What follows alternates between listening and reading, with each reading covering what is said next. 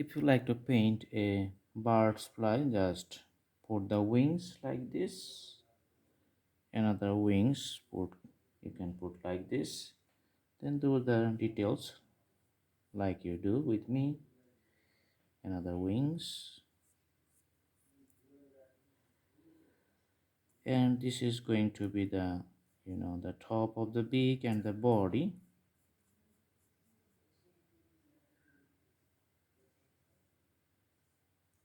The legs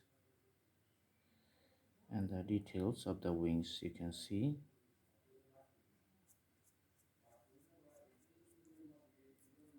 Awesome. See, the birds is flying in the sky.